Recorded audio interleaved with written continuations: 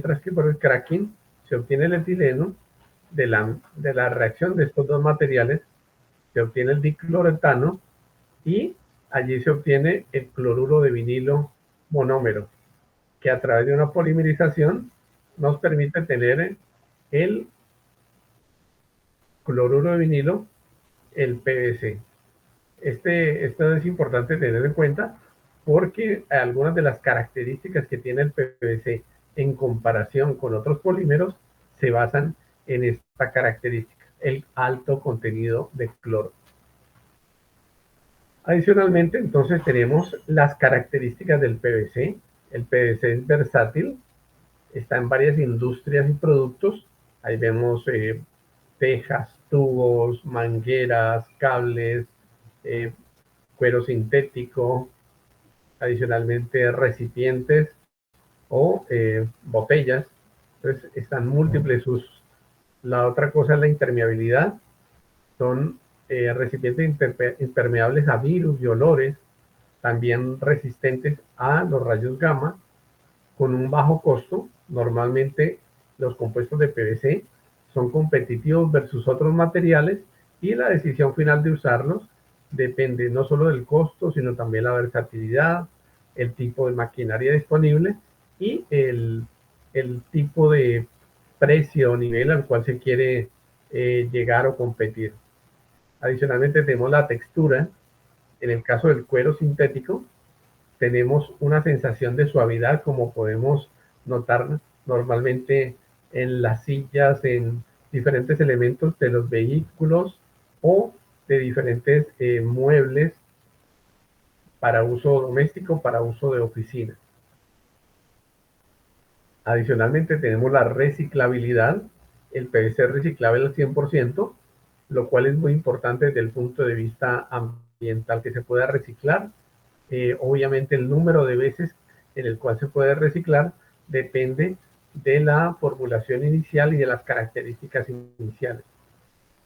Obviamente en cada uso va a tener un tipo de degradación térmica y eso va a afectar el número de veces que se puede reciclar, porque van cambiando sus propiedades y es conveniente tener en cuenta el producto al cual se va a pasar, al cual se va a utilizar después de haber hecho el reciclaje. Baja toxicidad. Hubo una polémica hace mucho tiempo en relación con el PVC y específicamente con el cloro, pero al final de todos estos años, últimos 20, 30 años, se ha visto que puede ser utilizado tanto en tuberías de agua como en tuberías para diferentes aplicaciones y adicionalmente en, en cables, en juguetes, en películas. Y un ejemplo de eso es lo que podemos ver con las bolsas para sueros, para sangre, que obviamente tiene sus características especiales, pero que no afectan un material tan vital como la sangre o el suero para dosificarlo a los diferentes pacientes en caso de un procedimiento médico o quirúrgico. Anteriormente utilizaba mucho los estabilizantes de plomo, como el sulfato o el talato o el bariocadmio o el bariocadmio zinc, pero estos materiales tienen alto impacto en la salud y adicionalmente en el ambiente. Por lo tanto, se ha ido reemplazando por calcio zinc o eventualmente se utiliza estabilizante de estaño. Para flexibilidad, pues tenemos una amplia gama de materiales muy rígidos a materiales muy flexibles y vemos en este caso, por ejemplo, las tuberías o las tarjetas de crédito, mientras que por el otro lado vemos mangueras, vemos uniformes o bolsas para suero, para sangre, para venoclisis. Ahora pasemos a los usos. En los usos tenemos tuberías sanitarias y tuberías conduit. El caso de tuberías conduit corresponde a para uso eléctrico y sanitaria sería la blanca, aunque el código puede cambiar de país a país dependiendo del código que estén aplicando de colores. En calzado, entonces tenemos suelas de uso general, tenemos botas o tenemos calzado de moda, calzado infantil. En embalajes, productos alimenticios, tenemos diferentes tipos de estrés, diferentes tipos de películas con características para poder ser aplicables con alimentos.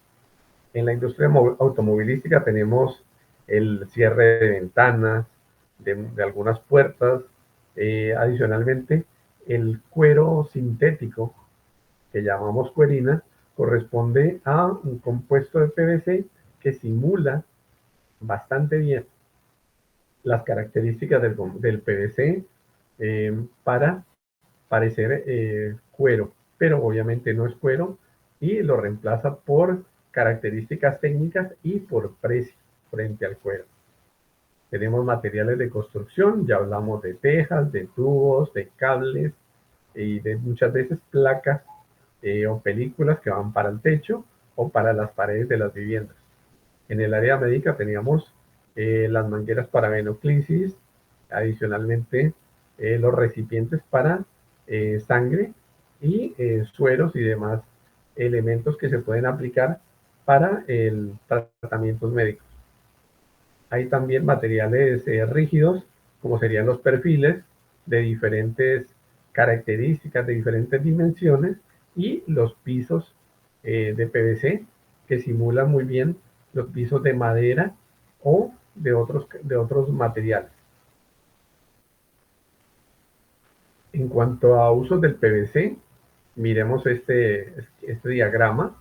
Aquí vemos que el 58% se utiliza para el sector de la construcción.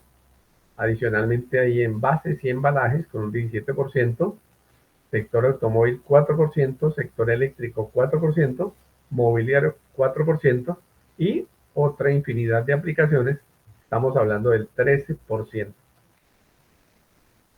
Tenemos un consumo estimado anual de 25 millones de toneladas, de acuerdo a un dato de una entidad que se llama Tecnohouse, que quiere decir que estas 25 millones de toneladas de PVC al año indican que hay un consumo per cápita entre 4 y 20 kilos por persona, dependiendo obviamente de la región, donde hay mayor desarrollo, mayor utilización de los plásticos, tenemos hasta 20 kilos. Y en caso normal, hablamos hasta de 4 kilos por persona al año de materiales con PVC. Aquí tenemos las siguientes opciones. Hablemos de materias primas. Hay dos opciones: material rígido, un material que normalmente no tiene plastificantes y que contiene la mayor parte con resina de PVC y adicionalmente cargas reforzantes y estabilizantes. Allí estamos hablando de resina PVC con diferentes tipos de peso molecular. Cuando hablamos de resinas 440, 450, estamos hablando de unas resinas con valor K 66 o similar de uso general que permiten obtener tuberías, perfiles y demás. Por ejemplo, para ventanería, para puertas, se utiliza mucho en estos casos para PVC rígido. Los estabilizantes, tenemos normalmente estaño o ahora calcio zinc, porque tiene las mejores características y el menor tipo de contaminación para el ambiente. Cargas reforzantes, normalmente hablamos de carbonato de calcio, pero podemos hablar de algunos otros materiales, eventualmente de talcos u otras cargas que puedan dar propiedades al compuesto de PVC. Ayudas de proceso, ácido esteárico, estearato de calcio o ceras lubricantes. En el caso de aditivos tenemos pigmentos, antioxidantes, aditivos ultravioleta, compuestos especiales. Recuerden que el compuesto se formula para un uso final y dependiendo del uso final y la norma y los requisitos, pues va a cambiar la formulación y tiene que ajustarse desde el diseño de principio hasta el fin. En algunos casos, por ejemplo, para la construcción hablamos de retardantes a la llama para cumplimiento de normas internacionales en el sector de la construcción y modificadores de impacto. Esto es importante pues, para las pruebas de impacto de los materiales que van a ser rígidos, que no se van a romper o no van a perder su integridad. Aquí tenemos un esquema simplificado de lo que significa utilizar materias primas para obtención de PVC rígido. Entonces tenemos la resina PVC, el estabilizante, las cargas, los lubricantes, los aditivos que van a un mezclador rápido normalmente. Eventualmente se puede utilizar un mezclador lento, pero el estándar en la industria es utilizar un mezclador rápido o turbo mezclador. Y esta mezcla sale de forma lateral como un dry blend, un material seco, que va a un enfriador, y estos enfriadores ya veremos posteriormente que hay dos tipos de enfriadores. De estos enfriadores ya sale y puede utilizarse posteriormente este PVC rígido en extrusión, en inyección o adicionalmente en soplado, principalmente para botellas. Esto sería lo del PVC rígido. Igual hago la aclaración que hay una serie o una gama de productos que pueden tener otro procesamiento diferente, pero lo normal y el mayor volumen está centrado en este tipo de materiales y de aplicaciones. Ahora miremos el PVC flexible. El PVC flexible, una característica principal es que tiene plastificantes que permiten modificar la flexibilidad y la dureza del material. Hablamos normalmente de resinas 450 o 500, que valen a valor K o tamaño de peso molecular, que está valor K69, valor K70, hasta 72. Estabilizantes, hablamos de calcio, zinc, y actualmente se han eliminado, tal como mencionaba, estabilizantes sulfato de plomo, talato de plomo, variocadmio y demás, por ser muy contaminantes y tener adicionalmente metales pesados. En este caso se utiliza la terminología ROHS, que dice libre de metales pesados. Para plastificantes hay una gama también de plastificantes. Aquí menciono solo algunos, como el dioxiltalato, el dioxiltertalato y el TOTM. Igual hay otra gama muy amplia de IDP, de NP, mezclas de diferentes plastificantes o plastificantes poliméricos que dan otras características normalmente a los materiales, pero hay que tener en cuenta también la relación costo y beneficio. Para materiales que van a estar sometidos a trabajo en frío, también se utiliza el dioxiladipato, y hay otros materiales que, dependiendo del uso de la norma, del requisito, van a necesitar un plastificante u otro. Las cargas reforzantes en PVC flexible normalmente hablamos de carbonato de calcio recubierto. Recuerden que debe ser recubierto para evitar absorción de humedad que pueda afectar las propiedades del compuesto, y kaolin clay o silicato de aluminio, que da propiedades principalmente eléctricas y de refuerzo al compuesto. En la parte de lubricantes tenemos ayudas de proceso, el ácido esteárico, que ha ido reemplazándose por estearato de calcio o por ceras lubricantes. En aditivos tenemos una amplia gama, antioxidantes, estilo Tinubin, Chimazol o similares, aditivos ultravioletas, para evitar la exposición a la luz solar por largo tiempo, que pueda afectar el color y pueda adicionalmente dañar la cadena del polímero y generar pues la descomposición. Compuestos especiales para propiedades específicas, uno de los casos es la resistencia al aceite, al jabón, a la gasolina y demás, retardante a la llama. Normalmente hablamos de trióxido de antimonio, borato de zinc y mezclas de diferentes retardantes a la llama, teniendo en cuenta cuál es la exigencia.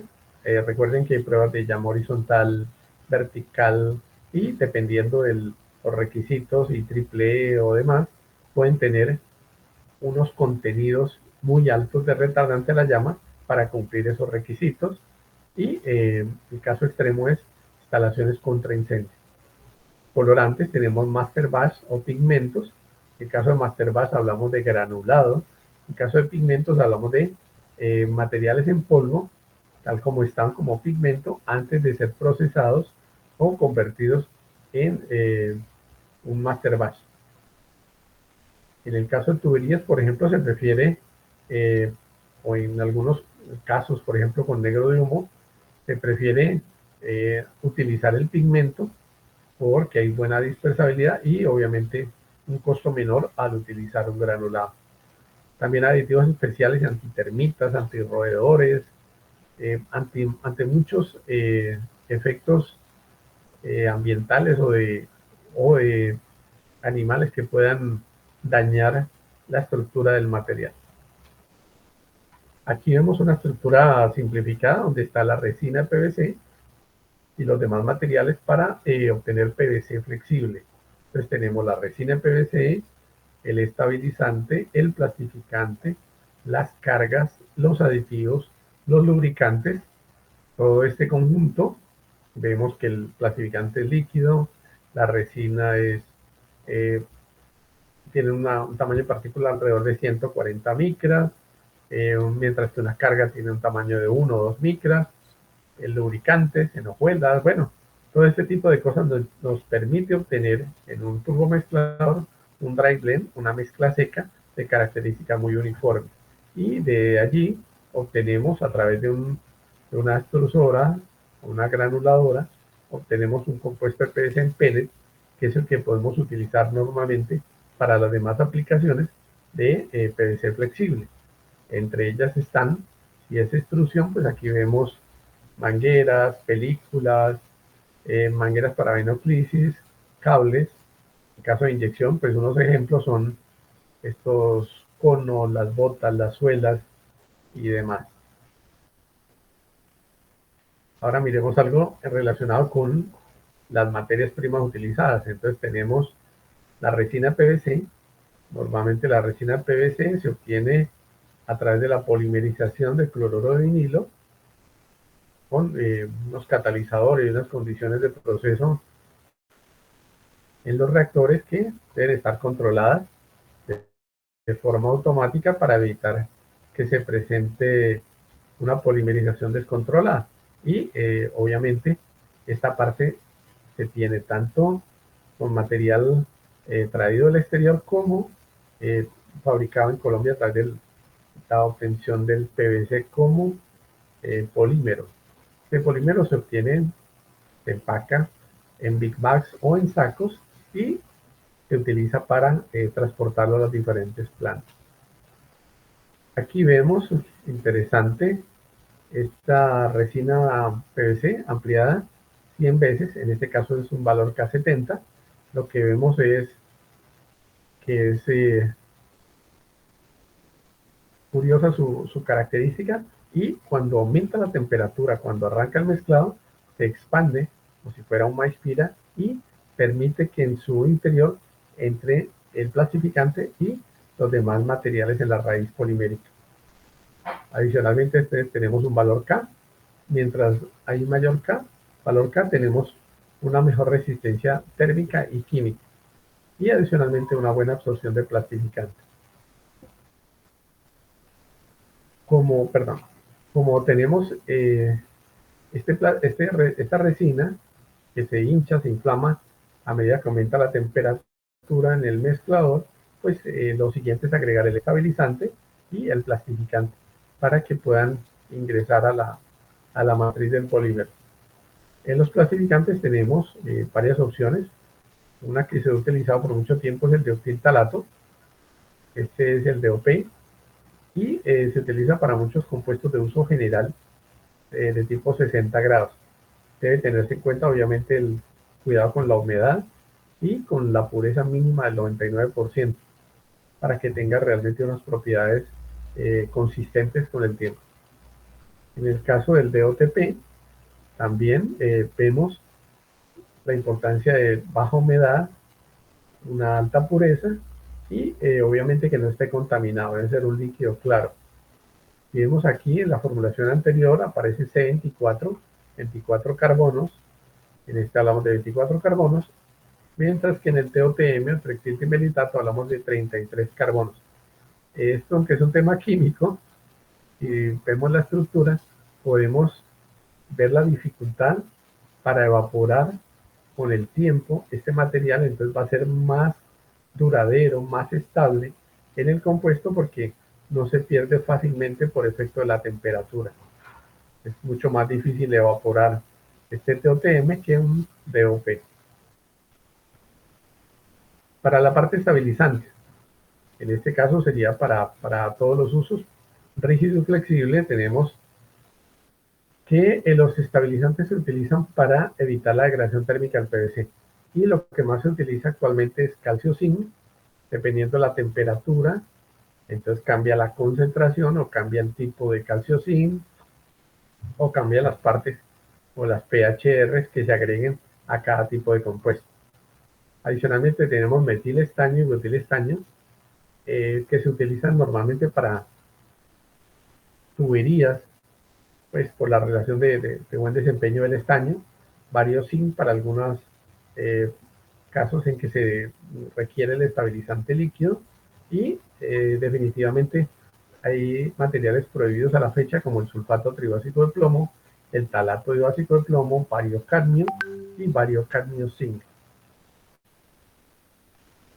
En cargas reforzantes, lo normal es el carbonato de calcio recubierto, hablamos normalmente entre 1 y 2 micras, y debe ser recubierto para evitar el ingreso de humedad, con una pureza mínima del 99% y una distribución de tamaño de partícula menor a 10 micras. En caolín calcinado hablamos de un tamaño promedio de partícula 1,4 y teniendo cuidado en ambos casos de evitar la humedad. Mencionamos que el carbonato de calcio recubierto es para evitar el ingreso de humedad cuando se está haciendo el compuesto y que no genere humedad en el momento de la fabricación del compuesto y en el producto terminado cuando se está utilizando y se espera que funcione por largo plazo. Para lubricantes, entonces aquí tenemos el ácido esteárico con un punto de goteo de 70 grados. Aquí ven la fórmula C18H36O2. Tiene un punto de goteo de 70 grados, entonces es bueno para muchas aplicaciones, pero cuando llegamos a 70 grados en una aplicación, pues va a tratar de retirarse del compuesto y presentar este goteo. En esos casos se prefiere utilizar estearato de calcio, digamos que es un C36H70CaO4 con un punto de fusión más alto, y adicionalmente se recomienda las ceras lubricantes que permiten también hacer una lubricación más intensa en los compuestos de PVC. Obviamente todo este tipo de materiales tienen un amplio rango, las ceras lubricantes pueden ser oxidadas, no oxidadas, hablamos de diferentes tipos y todo depende de la aplicación o el uso final. Retardantes a la llama tenemos el trióxido de antimonio, que normalmente tiene una pureza del 99% y protege el compuesto, permite una alta retardancia a la llama. Otro material es el borato de zinc, que tiene estas características en zinc, en borato y demás. Y obviamente lo ideal es que el tamaño de partículas sea pequeño para que se pueda incorporar con la mezcla, con el dry blend y en general con la matriz de PVC. Este borato sirve como retardante a la llama, pero también como supresor de humos. En el caso del trióxido de antimonio genera alto contenido de humos, mientras que con el borato se reduce el contenido de humos, y para aquellos casos en los cuales hay que controlar el contenido de humos, pues se recomienda hacer mezclas o utilizar alguno de los materiales. Anteriormente se utilizaba la parafina clorada con 52% de cloro, pero debido a los temas ambientales, este material como tal se han ido reemplazando y la recomendación es reemplazarlo en todas las aplicaciones posibles por ese alto contenido de cloro. Pues si se presenta un derrame, ahí hay un escape de cloro con 52%. Entonces, es conveniente revisar las formulaciones y actualizarlas a los materiales que se tienen ahora. Ahora pasemos al proceso de fabricación. ¿Qué es el mezclado? Es una operación básica para dosificar materiales de diferentes características, sólido, líquido, en hojuelas, en escamas, en diferentes tamaños de partículas, en un proceso determinado para lograr una distribución que sea lo más homogénea posible de los materiales. Aquí tenemos en la parte interior del mezclador las aspas de un mezclador rápido o las aspas de un mezclador lento. Obviamente va a cambiar las condiciones y el tiempo necesario para lograr la mezcla adecuada. Entonces se recomienda el mezclado. Entonces, para tener una mezcla más uniforme posible, evitar problemas de dispersión, separación de materiales, tener los colores y la apariencia uniformes, lograr los mejores resultados en las características de los productos terminados. Para el caso de compuestos de PVC, entonces, se debe considerar el mezclado como una etapa fundamental para poder dispersar todos los componentes, tanto en PVC rígido como flexible, la resina, la estabilizante, plastificante, cargas, lubricantes, retardantes y demás aditivos. Debe tener en cuenta entonces para estos casos cómo optimizar la formulación para cumplir los requisitos del compuesto de PVC y producto final. Es decir, hacer el compuesto, validar que cumple las características de compuesto, pero también las del producto final. Si no se cumplen todas las características, hay que volver al punto inicial y reformular para obtener el cumplimiento de las propiedades del producto terminado. El orden de mezclado, entonces también hay que tener un orden de mezclado adecuado, de tal manera que se pueda dispersar en cada etapa y lograr la mejor mezcla posible. Anteriormente se hacía unas mezclas de líquidos y sólidos y posteriormente se dosificaban, pero el resultado era completamente inestable. Entonces se recomienda normalmente el uso de resina, estabilizantes, plastificantes, cargas, lubricantes y demás aditivos. De esa manera se pueden tener unos tiempos y unas temperaturas adecuadas para la descarga del compuesto de PVC. Y depende del tipo de mezclador. No es lo mismo un mezclador rápido que un mezclador lento para obtener la garantía de la mezcla y la obtención del dry blend. Actualmente, pues ahí están mencionadas las características de un turbomezclador, obviamente en acero inoxidable, con válvula de descarga, deflectores para optimizar la mezcla, con facilidad de abrir y hacer mantenimiento, con inyección de plastificante cuando es necesario, de tal manera que no cae todo un chorro, sino lo dosifica con un sistema tipo ducha, con capacidad de mezcla entre 200 a 2500 litros. Aquí también hay que tener en cuenta que es mejor tener un mezclador un poco más grande para no hacer demasiadas mezclas, sino las necesarias por hora. El sistema de manejo entonces utiliza motores de varias velocidades para poder optimizar el proceso. Aquí vemos un turbomezclador, en este caso está un mezclador 600. Si vemos un 200, por ejemplo, vemos que la capacidad es de 60 a 85 kilogramos de PVC, mientras que si tenemos un 600 ya tenemos 180 a 255. Entonces lo que se usa industrialmente es alrededor de 500 a 1000, donde estamos hablando hasta 300 kilos, 425 kilos por carga, de tal manera que habría que hacer por lo menos 5 mezclas con este TS200 para llegar a las mismas características en kilogramos por hora. Ahora, para los enfriadores, se utilizan principalmente cuando estamos hablando de PVC rígido, pero también en ocasiones es posible utilizarlo cuando es PVC flexible. Entonces lo que recomienda es un mezclador y un enfriador. Posterior al mezclador se descarga en un enfriador y este TSOR básicamente se refiere a que se logra una mezcla con menor temperatura, más optimizada, teniendo en cuenta que es básicamente un enfriador redondo, con alta productividad para PVC rígido flexible y con buena capacidad de enfriamiento. Tenemos también el sistema TSRF, que se refiere a que a la salida del mezclador hay un enfriador tipo U, como lo pueden ver acá en la imagen. Permite buena relación de precio por calidad porque el mezclador en U es un poco más económico. Y adicionalmente el producto sale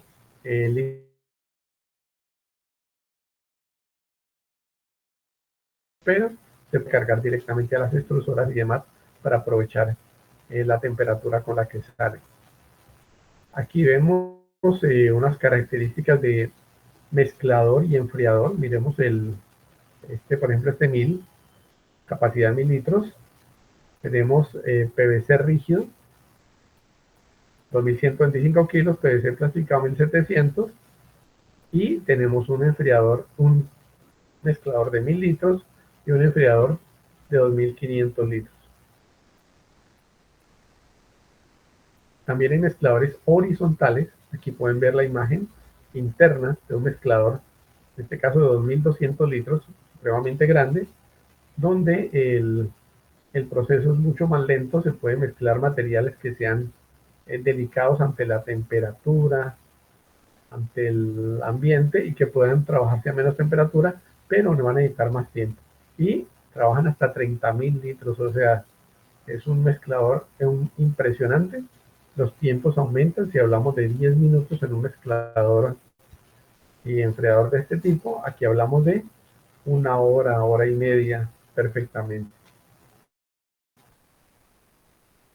Otra característica entonces es ver el granulado para compuestos de PVC flexibles principalmente. Entonces tenemos un material dry blend que a través de un procesamiento en una granuladora se lleva a obtener un gránulo o pellet. Y eso depende del tipo de PVC. Entonces hablamos de la dureza, las características del compuesto, y se tienen en cuenta toda la temperatura de las diferentes zonas de la granuladora, las RPM o el giro del tornillo, si se necesita vacío. Por ejemplo, en una ciudad como Cartagena o Barranquilla, se prefiere el uso de vacío para evitar la acción de la humedad, el corte en agua o en aire caliente, dependiendo del tipo de granuladora que se tenga, el secado del material es obligatorio antes del empaque o almacenamiento, y mirar la velocidad de las cuchillas. Y por lo menos vemos algo muy interesante, que es que salen varios filamentos que posteriormente pueden ser cortados para obtener los pellets.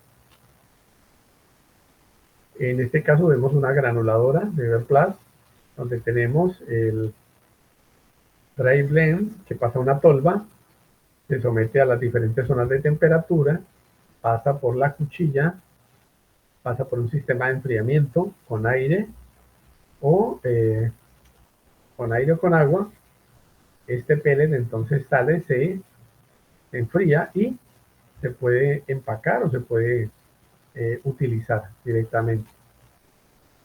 En este caso, GPA específicamente trabaja con los siguientes tipos de proveedores o de representados. Tenemos Chemicol para materias primas, en especial retardantes a la llama, ceras y aditivos para el mejor desempeño, como ayudas de proceso y demás.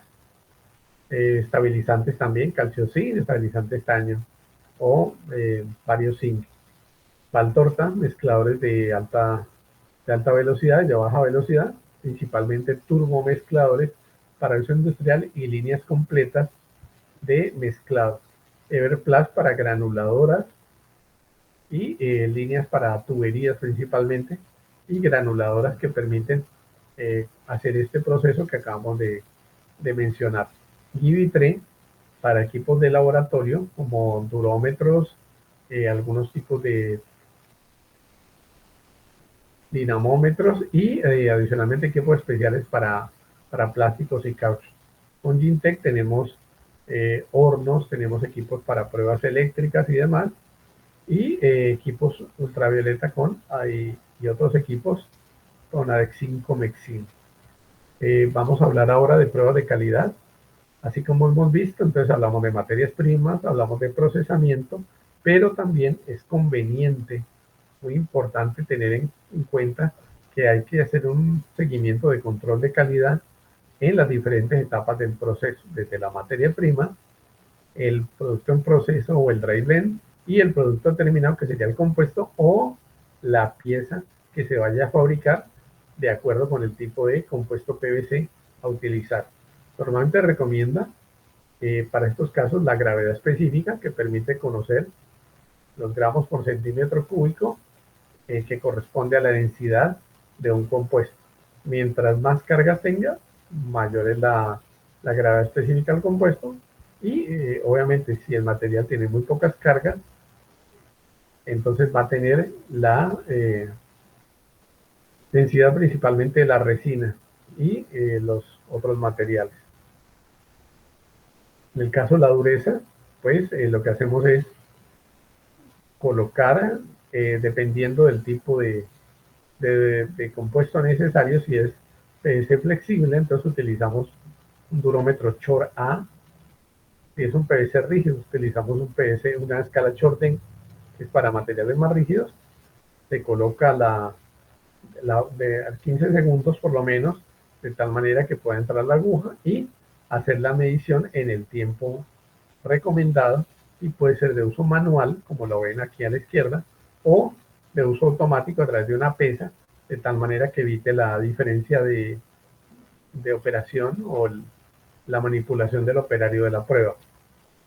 La determinación de la humedad. La humedad es muy importante. Es conveniente tener en cuenta como idea general que sea inferior al 0,50. Puede ser crítico en algunos casos, en algunas botellas, en algunas películas y demás. Entonces, si la resina trae humedad, hay que hacer un presecado en el mezclador o buscar la manera de retirar la humedad, utilizar vacío, hacer alguna aplicación de tecnología para retirar la humedad.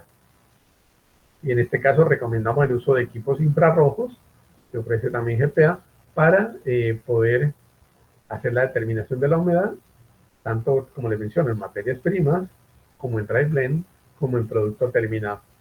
Si se detectan materias primas, pues es más fácil hacer un procesamiento o en dry blend, pero ya en producto terminado, pues ya es un resultado y habría que reprocesar, revisar el resultado del material y la maquinaria donde está presentándose la obtención de humedad. En el caso de pruebas de calidad, tenemos la atención a la rotura, que consiste en tomar una muestra, colocarla en un dinamómetro, hacer una fijación a las mordazas y romper la muestra a través de una prueba donde se obtiene el máximo esfuerzo, la rotura y una elongación, un estiramiento. También se utiliza las pruebas de envejecimiento en aire, donde normalmente se prueban estas mismas probetas, pero después de colocarlas varios días en el horno a una temperatura especificada, dependiendo del tipo de compuesto, 60, 75, 90, 105 grados, y mirando el resultado, la comparación de los resultados con la muestra inicial. Para pruebas eléctricas también entonces está la resistividad volumétrica. Recuerden que en un compuesto, la manera de tomar la prueba eléctrica es a través de unas placas que se colocan en un equipo como este de resistividad volumétrica y se mira el valor de resistividad. Normalmente tenemos de 10 a la 10 a 10 a la 16 ohmios centímetros. Mientras mayor sea el valor de un ohmio centímetro, quiere decir que los resultados eléctricos van a ser mejores. Y no es fácilmente relacionable porque depende de la geometría, del tipo de producto que se vaya a obtener y obviamente, pero sí da una idea de que a mayor resistividad volumétrica va a tener mejor desempeño. Para las pruebas a la luz solar, entonces hay dos normas, la STMG 154, que se hace a través de unas lámparas para simular la luz solar, los ciclos de lluvia y de sol, mientras que también está la STMG 155, que es con arco de xenón o arco de carbón. Y adicionalmente tenemos entonces como idea que vamos a tener una ventana de trabajo en los compuestos de PVC para cualquier aplicación donde tenemos que tener en cuenta las propiedades mecánicas, las propiedades eléctricas, las propiedades térmicas y las propiedades especiales. En el caso de una tubería van a ser diferentes los resultados, pero debe ser resistente, por ejemplo, al impacto. En un cable debe tener un estiramiento. En propiedades eléctricas debe tener un comportamiento con el tiempo el largo plazo, propiedades térmicas como el envejecimiento en horno o la resistencia a la luz solar, y especiales como las pruebas de llama y pruebas, por ejemplo, de abrasión, de impacto, de absorción de aceite, gasolina y demás, para tener la mejor ventana de trabajo, y esto lo recomendamos para que tengan en cuenta en todas las aplicaciones, en productos terminados. Bueno, pues esto era básicamente lo que teníamos para comentar. Queremos saber si hay alguna inquietud, alguna duda al respecto, o podemos continuar con otros comentarios adicionales.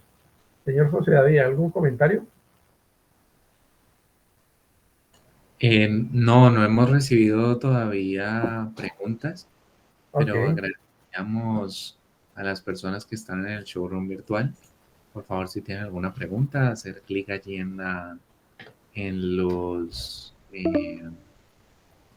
espacios 3D al lado, donde dice hacer una pregunta de la conferencia.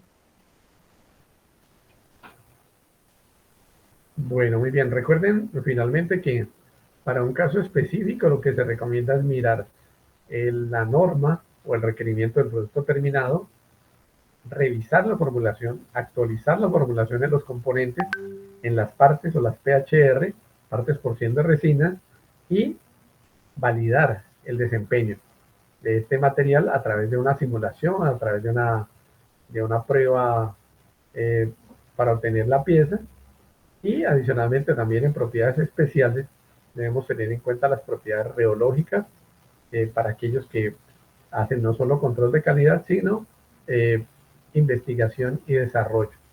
Eso a través de reómetros, de simulación a través de extrusoras de doble tornillo, o a través de unas inyectoras, dependiendo del tipo de producto que quieran obtener. Entonces, estamos a sus órdenes para ese tipo de cosas, y en general para que puedan obtener la mejor relación costo-beneficio.